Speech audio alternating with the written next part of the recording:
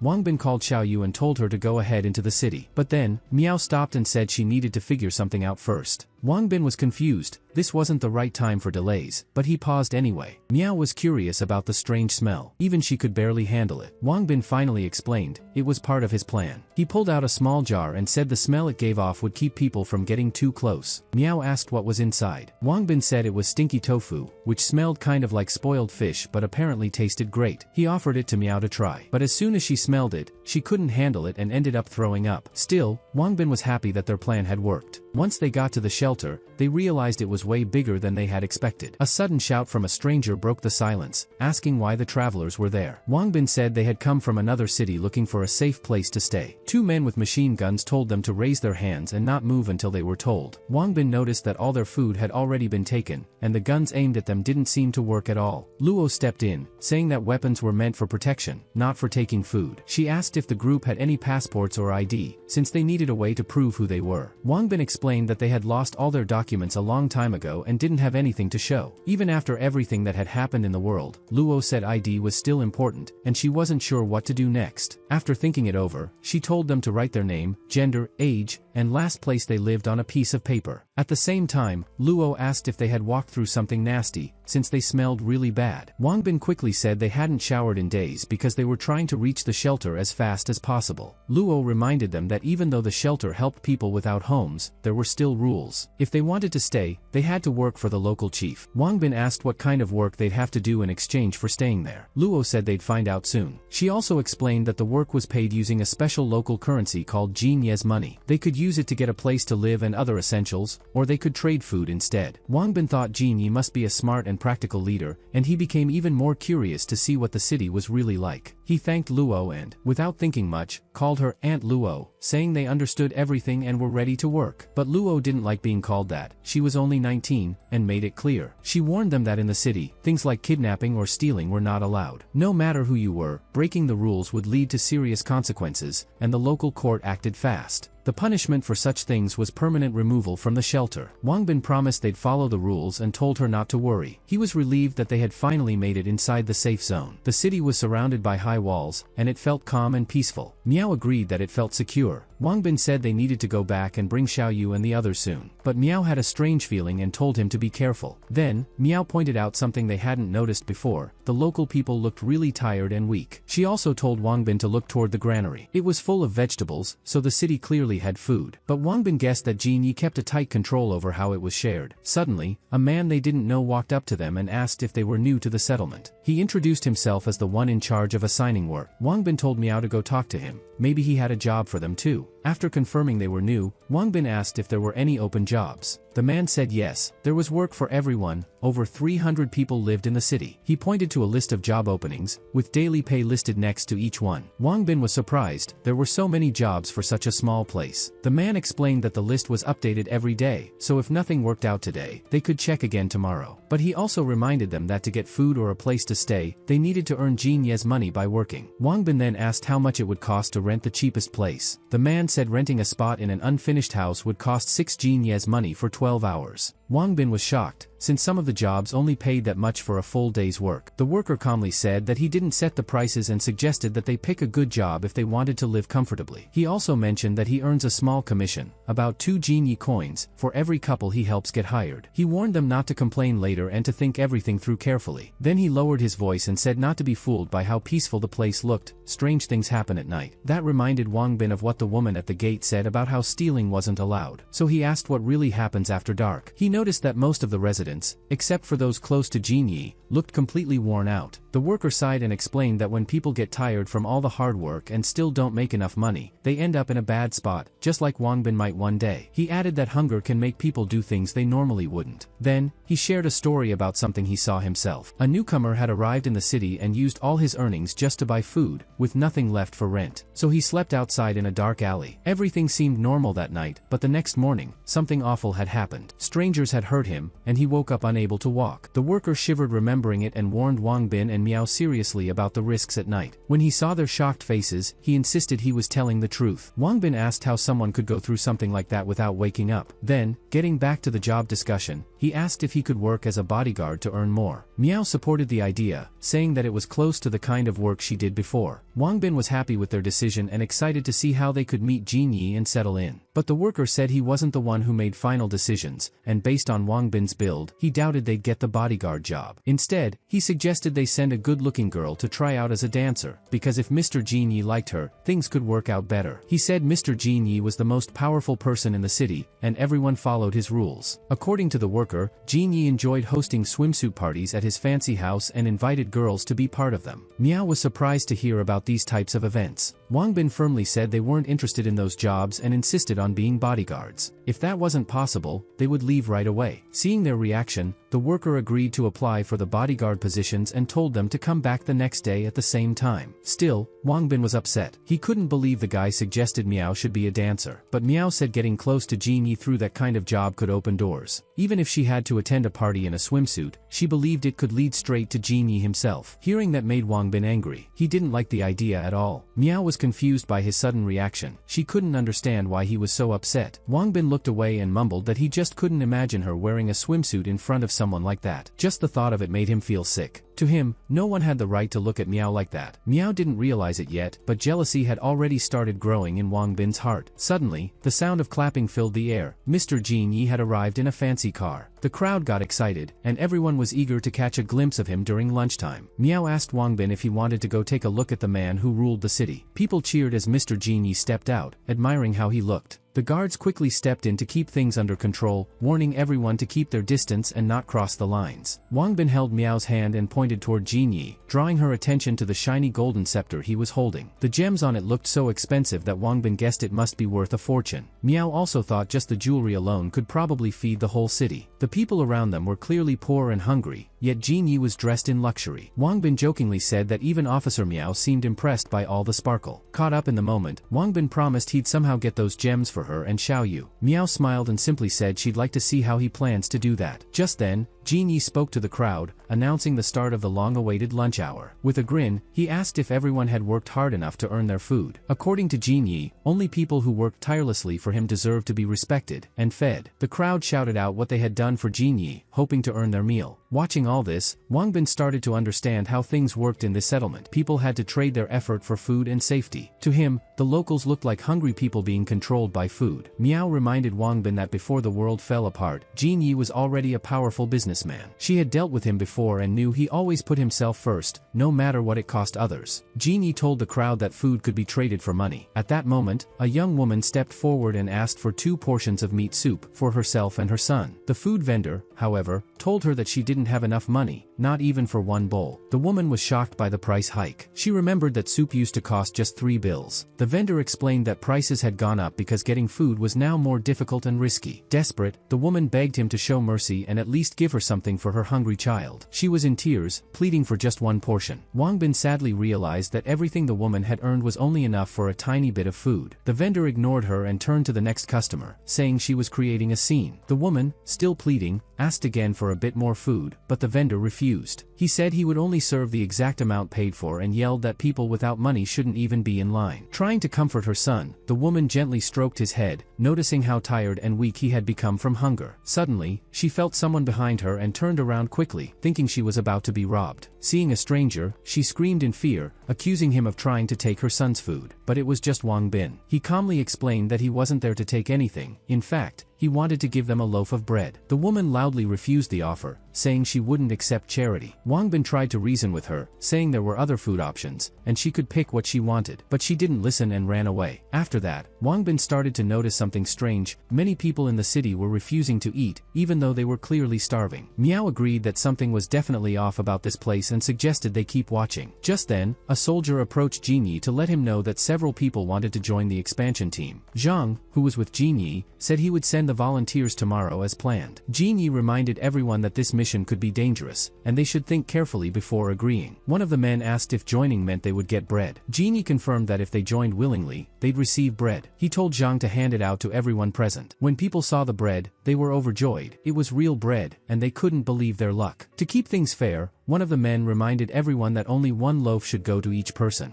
Jin Yi told Zhang to watch the new recruits closely to make sure no one ran off. Before leaving, Jin Yi also reminded Zhang about his earlier request, to send over some girls who wanted to relax and enjoy themselves. Suddenly, Jin Yi noticed someone, and was clearly surprised by his appearance. Curious, Jin Yi asked why he had come. Zhang, annoyed by Danju's silence, spoke to him harshly, reminding him he had been asked a question. But Jin Yi calmly told Zhang to ease up. He said Danju seemed like a good guy and deserved to be treated with respect. Standing in front of Jin Yi, Danju begged for help and promised to work extremely hard if Jin Yi would agree. Jin Yi told him to relax and speak clearly. Danju then explained that his sister was very sick and had been running a high fever for several days. He begged Jin Yi to send a doctor to help her. Jin Yi said the situation was simple to fix. He offered to take the sick girl into his home since he had enough food and medicine. But Danju hesitated. He couldn't bring himself to send his 15-year-old sister to live with Jin Yi and didn't know what to do. Noticing his hesitation, Jin Yi said he understood. Wanting to protect your family is only natural. But he also reminded Danju that he was a businessman, and his choices were based on his own interests and the chance to gain something. After thinking it over, Jin Yi offered a deal. If Danju agreed to join the expansion team, Jin Yi would send a doctor to treat his sister, Li Xiaolu. With no other options, Danju clenched his teeth and agreed, just to save his sister. Jin Yi, clearly pleased, clapped his hands and set the time for the group to leave. Looking Danju in the eye, he warned him to show up on time and not to try anything sneaky. As the meeting ended, Jin Yi told everyone to go. One of the guys, hearing Danju had signed up again, couldn't believe he was risking his life like that. Another person reminded him that Danju was doing it for his sister, even though joining the group meant serious danger. He said Danju had been lucky to make it back last time. There was no promise he'd be that lucky again. Trying to sound more hopeful, the second guy said that nobody actually wanted Danju to get hurt. Still, the mission ahead was risky. They'd be going into a city known to be full of trouble. When Danju got home, he tried to cheer Li Xiaolu up by promising a doctor was coming soon. He blamed himself for not being able to feed her properly, which led to her getting sick. Crying, Li Xiaolu begged her brother not to go, afraid something might happen to him. To calm her down, Danju lied and said the deal was just to work as a bodyguard for Jin Yi. Then came a knock at the door, and Danju became cautious. When no one answered, someone broke through the weak door. It was Wang Bin. He apologized for the sudden entrance and promised to fix the door later. Danju raised his walking stick and asked if they had been sent by Jin Yi. Wang Bin said no, they had nothing to do with Jin Yi. They were only there to help with medicine. Miao saw Li Xiaolu lying in bed and quickly realized her fever was dangerously high. Danju didn't believe them, he thought they were making it up and trying to hurt Li Xiaolu. Worried, he stood between them and his sister, saying they needed to back off. He warned that while he didn't like causing harm, he'd defend his sister if needed. Miao, frustrated, scolded Danju for wasting time, saying every minute mattered if they wanted to help Li Xiaolu. Her words made Danju stop and think, maybe these strangers really were trying to help. Seeing that, Wang Bin calmly told Danju that they just wanted to help his sister. He promised they'd take care of her first and only ask for anything after she was okay. Danju hesitated, unsure who to trust, but his love for his sister pushed him to let go of his pride. He got down on his knees and begged them to save Li Xiaolu. When Miao touched Li Xiaolu's forehead, she looked worried. It felt like her fever was around 104 degrees Fahrenheit. She looked at Danju with disappointment and asked how he could let her get so sick. She couldn't believe he hadn't even tried to lower her fever. She then asked Wang Bin for fever medicine, and turned to Danju, asking him to bring her a bowl of water. Miao gave him clear instructions and told him to act quickly. While he went to get the water, she started treating Li Xiaolu to bring her temperature down. 5 minutes later, Li Xiaolu's fever finally dropped, and everyone in the room felt a wave of relief. Miao told Wang Bin and Danju that they could now come inside, and assured them that the worst was over. Wang Bin asked his friend if the girl was doing okay and wondered if Miao had helped her. Miao said he had done everything he could and that she should recover soon. Danju was really happy to hear that his sister's fever had gone down. He was super thankful to everyone who helped save Li Xiaolu. She meant the world to him. He even felt like his life now belonged to the people who saved her. Wang Bin found that a little surprising but told him straight up that they didn't help by accident. Wang Bin then told Danju to stand up first so they could talk properly. Danju didn't really get what they wanted from him, but he said he'd do whatever he could to help. Wang Bin explained that they had been in the city for a while and needed someone to fill them in on what's been going on. He asked Danju to share everything he knew in as much detail as possible. At first, Danju thought they were going to ask him to do something risky, like help someone sneak out or deal with a tricky situation. That's when Wang Bin introduced himself and Miao, who used to be a police officer. Danju promised to tell them everything he knew and mentioned that Li Xiaolu was the only family he had left. Wang Bin invited him to sit down and even handed him a bottle of cola as a small gift. Danju couldn't believe it. He asked if it was real cola and if Wang Bin was seriously giving it to him. Wang Bin told him to keep his voice down, joking that even walls might be listening. Danju decided he'd let his sister have the cola when she woke up since she really liked it. Wang Bin noticed that, even though Danju came off a little rough, he truly cared about his sister, and that kind of loyalty was rare nowadays. Curious about Danju's background, Miao asked what he did before everything changed. Based on Danju's quick reflexes and good shape, Miao guessed he used to be in the special forces. Danju confirmed it and explained that he had to step down after an injury. That's when Wang Bin understood why Danju's old team respected him so much. He asked if Danju got the scar on his face during his time in service. Danju explained that it actually happened in the north while dealing with a zombie outbreak after joining a group called the Expansion Team. Wang Bin asked if that group's job was to clear zombies and gather supplies. Danju said yes, but pointed out that there were about 2 million zombies up north, so it was nearly impossible to fully clear the area. Still, he added that Jin Yi, the team leader, had more than enough food, even for someone like him. Miao said that before everything changed, Jin Yi used to run a luxury real estate business, which is why people called them the Golden Team. Danju explained that Jin Yi used to pressure clients into signing bad deals and had already surrounded himself with a bunch of shady people even before the whole crisis started. He added that Jin Yi is totally into gold and kind of obsessed with having as much of it as possible. Miao said that Jin Yi wasn't just obsessed with collecting gold. Most of the furniture in his house, even his bathroom, was made of gold. She added that you could spend a whole evening just talking about all the wrong things Jin Yi had done. There were that many. While telling her story, Miao suddenly remembered the time she arrested Jin Yi and how he had tried to scare her with threats. He truly believed that his money and influence would help him get out easily. He even offered strange rewards to anyone willing to help him. Even while he was locked up, Wang Bin would often yell at Jin Yi, calling him a monster and promising that one day, he'd get what he deserved. Miao couldn't stop thinking about how, even in prison, Jin Yi still had power. Before everything collapsed in the world, Jin Yi managed to escape with help from his old crew and just continued doing what he always did, taking over. He somehow ended up in the city and started acting like a ruler. Danju asked Wang Bin if he wanted to stand up to Jin Yi, hinting that there were good reasons to do so. He mentioned that Jin Yi had gathered a lot of weapons, plenty of supplies, and even had a tank. Wang Bin fired back with a question. If Jin Yi had so much, then why didn't Danju just join him and give his sister a better life? Danju replied by saying he knew what everyone in town ate, except for Jin Ye's group. Wang Bin guessed it was meat soup, then got worried and asked if it was made from rats. Danju said he wouldn't say no to rats, but unfortunately, what was in the pot wasn't rats, it was something else. He explained that in this town, you can only get food by earning special coins from Mr. Jinyi, and those coins only come after a full day of hard work. Jinyi wanted complete control over the town and would do anything to get it. He set up a group called the Expansion Group, offering rewards like old bread from storage to people who helped clean up the city. Even people with disabilities had no choice, they had to join the fight against the undead. Things only became clear last month, when Danju himself had to join the Expansion Group because he had no other way to survive. It turned out that the real job for people with disabilities was awful. They were used as bait to lure in the Zombie King, who was one of the biggest threats around. These people would gather together to catch the Zombie King's attention, giving others a chance to deal with the situation. Wang Bin was shocked and asked what kind of creature this Zombie King was, and if there were really levels among the undead. Danju explained that the Zombie King was way stronger and faster than the regular ones, basically, super dangerous. Danju had a background in special forces, so he had great instincts and was in top shape, but even he freaked out when he realized he was just being used to attract the Zombie King. Thankfully, he managed to break away and escape. However, the victory didn't last long. The very next moment, a massive creature appeared in front of him. Overnight, the Zombie King became stronger than Danju, making him feel like a tiny insect in front of a huge beast. According to Danju, the Zombie King was different from the others, not just because he took people down, but because he seemed to actually enjoy it. This was the same creature that left a nasty scar on Danju's face, scratching him with its claws like it was using a dull blade. After that final attack, Danju used every bit of strength he had left to get away. Jinyi was totally convinced that Danju had taken down the Zombie King, which is why he kept trying to convince him to join the expansion team again. Wang Bin was shocked that Danju even survived such a dangerous encounter. He immediately contacted the system, clearly frustrated that it had stayed silent the whole time. The system apologized and explained that it didn't have any info about the Zombie King yet, but said that it might show up in the next update. Wang Bin got angry and accused the system of hiding something. He even said that if he were in Danju's place, he probably wouldn't have made it out alive. Miao stepped in and reminded Wang Bin that he had forgotten to mention the most important detail about Team Eugenio's activities. Danju warned everyone that what he was about to say wouldn't be easy to hear. He then shared the shocking news that the people who were taken down by the Zombie King didn't just disappear, they were actually being used. Their bodies, along with those of regular zombies, were being boiled into some kind of soup and served to the locals. Wang Bin couldn't believe what he was hearing. He said the whole situation was insane. Right in front of his eyes, Jinyi was turning into something unrecognizable. Danju admitted that for a long time, he tried to believe in Jinyi's leadership, but once he realized what was happening, he couldn't stand the thought of his own sister eating that kind of food. So, he did everything he could to keep her safe. Danju had to survive by catching rats in the city and gathering wild plants outside of it, which eventually made his sister really sick. Wang Bin tried to comfort him and told him he did the best he could. Then, Wang Bin asked Miao to cook some thin millet porridge with sugar for Danju's sister. When the girl finally woke up, Danju asked with a bit of hope in his voice if they really had millet. Wang Bin told him not to worry, they had plenty of millet and other food too. He even asked Miao not to hold back on the sugar so it would taste better. Danju was surprised and asked where they got the sugar. Wang Bin then offered him a deal. He would keep Danju's sister well fed, and in return, Danju would help them deal with Jinyi. Without thinking twice, Danju agreed. Wang Bin had saved his sister today, and now Danju was ready to put everything on the line for him. Wang Bin explained that to go through with their plan, they'd need help from a well-known person in the city. But for now, he didn't want to rush. He wanted to finish up other things first so he could fully focus on the big mission. Step 1, he said, was moving Danju's sister to a safer location. Wang Bin clearly explained the plan to Danju, and our heroes got started right away. That same night, a soldier from the security post came up to Danju and asked if he was planning to head out again to look for edible plants. Danju just asked the fighters to open the door, confirming what the guard had said. One of the fighters noticed that Danju's group was scheduled to be sent to another city tomorrow, and there was a chance they might not come back. That also meant Danju's little sister would end up going with Jinyi. As he walked a bit further into Danju's area, he saw the dining room in front of him. Suddenly, someone appeared from behind, pointing a weapon at Danju and his teammate, asking them to explain who they were and what they were doing there. But when the person saw Wang Bin's clothes, Xiaoyu quickly realized who they were and asked what they wanted. Trying to stay calm, Danju said Wang Bin had sent them and showed the phone as proof. Xiaoyu immediately confirmed that Wang Bin had contacted her and given her instructions. She told Danju to come with her and not to worry, since she had already scouted the place. They finally reached the pickup spot, where a big, comfortable car was waiting. Nancy reassured Danju that his sister would be well taken care of. Danju was deeply touched and could barely hold back his emotions as he thanked her for her kindness. Then, Chengping asked Xiaoyu if Danju was really trustworthy since he seemed a bit too innocent. Xiaoyu replied that Wang Bin had left a note saying Danju was a dependable guy who could be trusted. Feeling more at ease, they all calmed down. A little while later, Danju returned to the settlement and asked the soldiers to let him back in. Eventually, he reached his destination. Now that Xiaoyu was safe, she looked genuinely happy in her boyfriend's arms. Meanwhile, Miao was surprised to see that Danju had been allowed in without any questions or checks. Wang Bin, realizing they had important things to take care of, quickly suggested coming up with a detailed plan. Jin Ye's apartment was on the top floor of a tall building that also had a storage area for equipment. The place was under constant watch, and strangers weren't allowed in. Over 20 people were guarding the entrance, and there were patrol cars driving around nearby. Even if someone got into the building, each floor had its own security setup. Wang Bin asked Danju if her experience with the building had anything to do with her being part of the expansion team. Then he shared his plan, how he and Danju might get into the building the next day, though he still wasn't fully confident it would work. Danju looked on quietly as the volunteers were being taken into the city, practically under full escort. Inspired by Danju's words, Wang Bin quickly figured out how to make the most of the situation. Danju carefully went over the number of people, their gear, and what weapons they had. But Wang Bin didn't seem worried at all. He casually asked Danju how easy it was to win over the people in the expansion group. Danju confidently said it was super easy. Those guys are mainly motivated by one thing, food. Then, Wang Bin pulled out a few pistols and asked if those would be enough to hold off the enemies. Danju was shocked and asked where he had gotten so many guns. With a bit of pride, Wang Bin explained that he had taken them from big city gangs. They were like trophies. He added that they still had plenty more weapons saved up for future members of the group. Excited by this news, Danju confidently said they were finally ready to face Jin Yi. But Wang Bin warned him to stay calm and be smart about how they move forward. Then, Wang Bin started thinking out loud, worried about leaving Ire with Miao and Xiaoyu. He could only hope they were safe. Just then, he saw the girls walking toward him. They were wearing the outfits they had planned for the mission. Xiaoyu smiled and asked if Wang Bin liked her new look. But when Wang Bin saw them in their police uniforms, ones that didn't look anything like real ones, he immediately told them to go change. He said those clothes were meant for something totally different. They were way too revealing to wear out in public, let alone during a mission. Wang Bin carefully pointed out that the bottom half of the costume was too tight and showed off too much. Xiaoyu responded, saying it would actually help them sneak into the enemy base more easily, especially if there were male guards at the entrance. The next day, Commander Li showed up, speaking in a loud and strict tone. He introduced himself as the leader of the expansion group and told everyone to remember that. He warned that from now on, everyone there would be under his command. And if anyone disobeyed or tried to leave without permission, he'd deal with it seriously. Right in the middle of his speech, Li noticed one of the soldiers had dozed off, and he instantly jumped on him. He said working with people like that would ruin his reputation. Another soldier watching looked on with disgust, thinking the guy who couldn't even stay alert wasn't cut out for this. Danju stepped in and said that a lot of the team hadn't even eaten enough to keep their strength up, so it wasn't fair to compare them to Li. But Li didn't like being challenged. He said he respected Danju, but he wouldn't put up with any backtalk. Danju tried to keep things cool and said he wasn't trying to argue, just pointing out a fact. But Li muttered under his breath that if Danju kept pushing it, things could get messy. Wang Bin quickly stepped in to smooth things over. He apologized for Danju and reminded him how important it was to stay united, especially in tough times. Taking Danju aside, Wang Bin advised him to avoid fighting with Li, promising they could deal with him later once they were out of the city. Danju understood and apologized for his reaction, suggesting they move on. Li then turned to Wang Bin and asked why he was just now seeing him. Was he new? He sounded suspicious and asked if Wang Bin was a bit too confident for someone new, jumping straight into the expansion group. Then he noticed the bag in Wang Bin's hand and made a sarcastic comment, asking if he was trying to sneak off with some gear for himself. Pointing to the bag, Li rudely ordered Wang Bin to open it right away and show everything inside. At that moment, Danju suddenly remembered there was a gun in that bag. After checking the bag carefully and not finding anything strange, Li got really frustrated. He started shouting and said that if he ever found out Wang Bin had taken something, there would be serious consequences. Then, announcing that it was time to start the mission, Li told everyone to check their equipment and get ready to head out. Once things calmed down, Danju quietly asked Wang Bin where the stuff from the bag he saw earlier that morning had gone. Wang Bin didn't give a straight answer. He just said it was a secret and that he'd explain everything at the right time. Meanwhile, Jin Yi decided to talk with his accountant, Zhang, to see how likely it was that the deal with Li would go smoothly this time. Zhang tried to calm Jin Yi down, saying things were different now. Back then, they didn't know about a powerful zombie leader in the area. But this time, a group was going to distract the zombie leader so that Captain Li and his team could grab the gold while no one was watching. Happy with the plan, Jin Yi rubbed his hands together, excited that his longtime dream might finally come true. Jin Yi then told Zhang that if everything went well, he wanted a golden statue of himself put up in town to show how important the mission was. He also promised to reward Zhang and Li generously, saying that if the gold project worked out, they'd never have to worry about anything again. Zhang thanked Jin Yi for his kindness and said he was glad to be around him. Switching topics a bit, Jin Yi asked Zhang if he was planning to enjoy himself later, hinting about the kind of fun he usually liked. Zhang smiled and said everything would be arranged perfectly. Just then, two attractive girls walked by, and all the guys on the street couldn't help but stare. The girls walked over to the man who handled job placements in the town. One of them, Miao, asked if he could help them find work. The manager, clearly impressed by how pretty they were, asked where they were from while trying to be as polite as possible. At that point, Wang Bin noticed that the deeper they went into the city, the more nervous Danju looked. Sensing this, Danju explained that this part of the city used to be one of the liveliest places in the north. But when everything started falling apart, many people couldn't escape in time and ended up turning into zombies. That's why the area had been mostly abandoned. Danju wanted to know when they'd start their mission, but Wang Bin said it wasn't the right time yet because Li's team was close by and could react badly if anything looked suspicious. Wang Bin told Danju to be extra careful and reminded him that their whole plan depended on staying smart. Just then, a soldier from Li's team walked over and warned them not to do anything stupid. He also said there was no point in even thinking about running away because there was no chance of escaping. But the soldier softened a little and said he wouldn't tell Li about their conversation, as long as they didn't cause trouble. Wang Bin quickly promised they weren't planning to escape and that they were just being cooperative. The soldier didn't believe him and said he had spoken to a lot of people before who had the same look in their eyes, people who were always dreaming about escaping. He said this time things were different. Sir Jin Yi had offered a huge reward for staying loyal. Danju couldn't help but ask if the reward was for helping find some gold, and the soldier nodded, confirming it. He explained that as soon as he heard about the gold, he signed up to join the expansion group. According to him, the Northern Central Bank had a huge amount of gold stored inside. When everything first went downhill, gold was still considered valuable, so most of the banks in the city moved all their gold to this one secure location. Now there's a massive amount of gold there, but after things got worse, most people stopped caring about money and focused only on staying alive. That's when Genie got the idea to go after the gold again, offering big rewards for anyone who helped. Wang Bin realized that this gold information could be important, maybe even helpful for updating his system. Just then, a loud voice shouted at them, and one of the guards told Wang Bin and Danju to hurry up, threatening consequences if they slowed down the group. Wang Bin quickly apologized and promised to keep up. Once the situation calmed down a bit, Wang Bin quietly asked the soldier where he got the gold info and how trustworthy it was. The soldier said he traded a piece of bread for it, something that's considered a high price in times of shortage. Wang Bin also asked what kind of reward Genie was offering, and the soldier said it was just food, 10 chicken thighs, 5 chicken heads, and 1 chicken for each person who helped bring in the gold. Wang Bin could tell the soldier was being honest and said he'd give him a share of the gold, knowing he probably wouldn't be able to accept it anyway. Danju, after hearing all this, started doubting if their original plan could really work, especially because the area near the warehouse was known to be dangerous. But Wang Bin said they needed to shift the plan. Now, the priority was to get the gold and leave. They could deal with everything else later. Danju didn't argue and said he'd support whatever decision Wang Bin made. After that, the group continued heading toward the city, which looked totally wrecked. Even though it was daytime, they kept running into groups of wandering creatures. Wang Bin and Danju used simple weapons to defend themselves, trying not to reveal how strong they really were. The rest of the group was terrified and didn't even want to touch a weapon. The men from the team tried to keep their distance from the main group, probably because they were worried that using their guns might attract the zombies. Wang Bin figured that the team's members didn't really care about the travelers' safety and didn't want to waste their ammo on them. After getting through a lot of trouble, the group finally made it to the central bank in the northern part of the city. There were tons of zombies wandering around outside. No one had ever seen so many of them in one spot. As everyone stood there silently, clearly nervous, Li said he'd go check out the area first. When he came back, he told them to stay calm and said they just needed to grab the gold and leave quickly. Wang Bin calmly replied that he believed in the plan and encouraged everyone to follow him and Danju toward the bank. He tried his best to give everyone a little bit of confidence, even those picked to act as zombie bait. Then, Li suddenly told everyone to wear bulletproof vests with extra steel protection, claiming he had prepared them especially for this mission. He said the vests would help them stay safe, even if they ran into strong zombies. But Wang Bin wasn't sure if Li was being honest. He seemed like someone who always had his own plan and cared more about himself than the group. Li then told Danju he didn't need a vest and should stay behind, pretending it was to protect him. But Danju didn't want to be separated from his team. He offered his vest to Li and said he would go to the vault with everyone else. Danju was determined to stick with his friends no matter what. Li asked him if he was really going to go against orders like that. But Danju calmly said he was an adult, he made his own choices, and he wouldn't regret it. Li muttered something under his breath, saying it was a mistake to give Danju a chance. He thought people like him should be the first to go. Wangbin gave Danju an approving look and told him he did the right thing. If Danju had listened to Lee, he wouldn't have been allowed to go into the vault with the group. Wangbin was sure Lee had some shady plan, but decided to deal with that later. Meanwhile, back at the settlement, Luo was yelling at the girls to move faster, saying Mr. Jin Yi didn't like being kept waiting. Xiaoyu took the opportunity to tell Miao they should try to find out where Team Miao kept their weapons. Miao reminded them that Wangbin had only asked them to find information about the location of the gold. Xiaoyu, however, felt like her skills were being wasted on such simple tasks. Meanwhile, Luo let Jin Yi know that she had completed his instructions and brought in some new girls ready to start work. As she looked at the girls, Luo couldn't help but admire their beauty. Even she, as a woman, found it hard not to be impressed. When Luo walked into Jin Ye's office and saw Zhang casually sitting in a chair, she immediately asked what he was doing there and where the rest of the team had gone. Annoyed by Zhang's attitude, she asked again where Jin Yi was. Zhang, trying not to leave her without an answer, casually said that Jin Yi had kindly let him choose someone first. Luo didn't believe that at all and angrily called him a liar. Zhang, clearly interested in the girls, started comparing them like they were high-end products and even rated one higher than the others. Then he mocked someone, calling them short and laughing about how that person always got the best. But suddenly, one of the girls caught his eye. He had never seen someone so stunning before. Letting the other two go, he told the third girl to stay. But now that didn't matter. His risky plan could fall apart at any moment. Still, going to Jin Yi's party without Xiaoyu didn't sit right with Miao. He couldn't leave his friend behind. Zhang firmly told Miao he could go, but Xiaoyu would stay. Miao tried to convince him that she could take care of herself, but Zhang got angry and said some rude things. He said he wanted to be with someone young and sweet, not someone like Miao. Getting frustrated, Miao snapped back, asking who dared to say Xiaoyu wasn't feminine. Xiaoyu, trying to calm her friend, told her not to worry and to focus on staying safe. She reminded her to be careful around Zhang and to ask for help if anything felt off. Zhang, feeling pleased, called Xiaoyu his baby and told her to start doing what he asked. But then, Xiaoyu ignored him and walked off somewhere else. Zhang was confused, watching her with a puzzled smile. Xiaoyu, stalling for time, suddenly suggested they play a grown-up game, one Zhang definitely wasn't ready for. His expression changed quickly once he realized what she meant by a completely different kind of game. This time, he was in for a real surprise. Meanwhile, Wang Bin and his team continued moving forward, carefully handling the challenges along the way. Wang Bin told Danju that the strange smell around them was getting stronger. Danju agreed. It was an awful mix that reminded them of something rotten. Then, they came across a bunch of severed human hands, and Wang Bin figured they had entered some kind of zombie hideout. One of the soldiers was confused. How could zombies be here when Commander Lee had promised the area was safe? But just then, they noticed something strange at the end of the hallway that instantly grabbed their attention. Danju pointed something out to Wang Bin. He said the last door in their path probably led nowhere. But Wang Bin didn't want to take any chances. He went ahead and broke it down to see what was behind it. A soldier reminded him that Commander Lee had ordered them to report anything unusual before doing anything. But still, he called everyone to help Wang Bin open the door together. Meanwhile, one of the soldiers criticized Commander Lee for basically sending Danju into a hopeless situation. The commander didn't hide his frustration. He called Danju ungrateful and said he didn't know right from wrong. The soldier remembered some wild rumors about Danju having fought the zombie king himself but quickly said he didn't believe any of that. He clearly didn't trust Danju. Commander Lee said Danju was tricky and probably up to something, but also admitted that it was only because of Danju's plan that they were able to lure the zombie king out of his hideout. Back at the door, Wang Bin happily told the group that they had finally broken through. Danju, worried about nearby zombies, told him to keep it down. He also noticed another big door ahead and called Wang Bin over, asking how they were going to open it. One of the soldiers said even explosives wouldn't work on a door that size. But Wang Bin, trying to keep everyone motivated, said he had a plan. Danju asked if they should get help. Then, seeing Wang Bin holding a bunch of weapons, he was shocked. It had been a long time since he'd seen that many, and now those weapons were super rare. Wang Bin casually said that this was just a small part of his stash. One of the volunteers asked if Wang Bin could share some so they could all be ready in case zombies showed up. Wang Bin said they were stronger than they thought and invited everyone to join his mission to stand up against Jin Yi's unfair rule. Someone from the group said he had always felt Wang Bin and Danju were hiding something, and now he realized they were planning to challenge Jin Yi. Wang Bin asked Danju to explain what he had seen for himself. Danju then asked everyone if they really thought Jin Yi's system was helping them. He said the truth was far from what they believed. But then Danju stopped himself. He seemed unsure if it was safe to continue talking. Still, one of the volunteers got really upset after learning what the food they'd been given actually was. He said it was time to stand up and take action. Wangbin told them that even though the truth might be hard to accept, it's the truth that can lead to real change. He asked them to trust him and promised that once they reached their goal, they could build a better life together. The guy looked at Wangbin and said that if he kept his word, everyone would stand with him and bring an end to Jin Yi's control. Wangbin understood very well that hunger and hard work had made the people around them grow bitter toward Jin Yi. Thinking ahead, Wangbin came up with a plan and told everyone to step away from the door before the blast. He warned them that a big explosion was about to happen. But even after it went off, the door didn't have a single scratch on it. Danju couldn't believe it either and asked Wangbin how they were supposed to open that kind of door. Then he realized why all the banks in the city stored their valuables here. Wangbin guessed that the noise probably caught the attention of some folks outside. Just then, they noticed the door slowly starting to open. Danju told Wangbin not to rush. Danju, excited, told everyone that they finally did it. The door was open, and all their effort had paid off. One of the volunteers said they shouldn't waste any time and should check how much gold was inside. But just as things seemed to calm down, Danju felt something was off. It got really quiet. Then, a soldier shouted in fear and warned everyone. A zombie was running toward them. Wangbin quickly figured out what was happening and told them to activate the flaming hand. Suddenly, a huge, hairy paw reached out from behind and grabbed the zombie before it could get any closer. Danju immediately recognized the hand. It was the Zombie King, a threat to all life. Wangbin had expected the Zombie King to be stronger and faster, but even this was enough to cause trouble. He remembered the Zombie King only went after humans, so why did he just grab one of his own? Maybe something had changed. Maybe now, the Zombie King had started going after other zombies too. Danju asked Wangbin if they were actually going to face the Zombie King. But Wangbin, clearly panicked, shouted at Danju to run and not look back. Without saying a word, Danju followed him. Everyone else ran too, and the situation got tense. Lee tried to sound confident and told his team not to let anyone escape. The soldiers said they were ready to follow orders, no matter what. Then Wangbin saw a window ahead, maybe a real chance to escape. It gave him a little hope, especially now that he was face to face with the Zombie King. He was shocked by how fast the creature was for its size. Realizing they wouldn't be able to leave easily, Wangbin decided to take a stand. As the Zombie King got closer, Danju yelled at Wangbin to hurry. But suddenly, Wangbin stopped and asked himself, why should they be scared of something that they don't even think about? He shouted that nothing in the world could stop him from getting out with the gold he came for. But right after saying that, he realized just how badly he had underestimated the Zombie King's speed and agility. For the first time, Wangbin truly felt fear. At that moment, one of the volunteers ran over to his teammates and said they had managed to get away. But suddenly, Commander Lee loudly told everyone to stay where they were and not move. With a firm tone, Lee said that anyone who tried to move would face serious consequences. The guy tried to explain that the Zombie King was coming after them and they needed to leave quickly, but Lee, clearly annoyed, reminded him that he was the one in charge and his orders were final. The guy wondered if Lee really didn't understand how serious the situation was. Seeing his team's nervousness, Lee thought of them as untrustworthy and weak. One soldier pointed out that the fugitives had much better weapons than theirs. Lee asked why they didn't use Molotov cocktails on them, but then seemed to realize that it might not be the best idea at that moment. The volunteer still had his weapon ready, but one of the boys reminded him that Wangbin was still inside, so he couldn't fire randomly. Looking back toward the tunnel, the soldier asked if the missing guy wasn't one of those who had just run away. Then, spotting the huge figure of the Zombie King, he shouted in fear for everyone to run. Lee was actually happy that the Zombie King had finally come out of the building and thought it could now be taken down. The volunteer asked his teammates to fire and stick close together. A soldier from Lee's group told all the volunteers to aim at the giant creature. Suddenly, one volunteer started asking for mercy for himself and his friends, clearly shaken by the sight of the Zombie King. Another guy shouted that regular weapons wouldn't work on such a strong opponent. The next moment, the monster grabbed the guy by the legs, and he desperately asked for help, but it was already too late.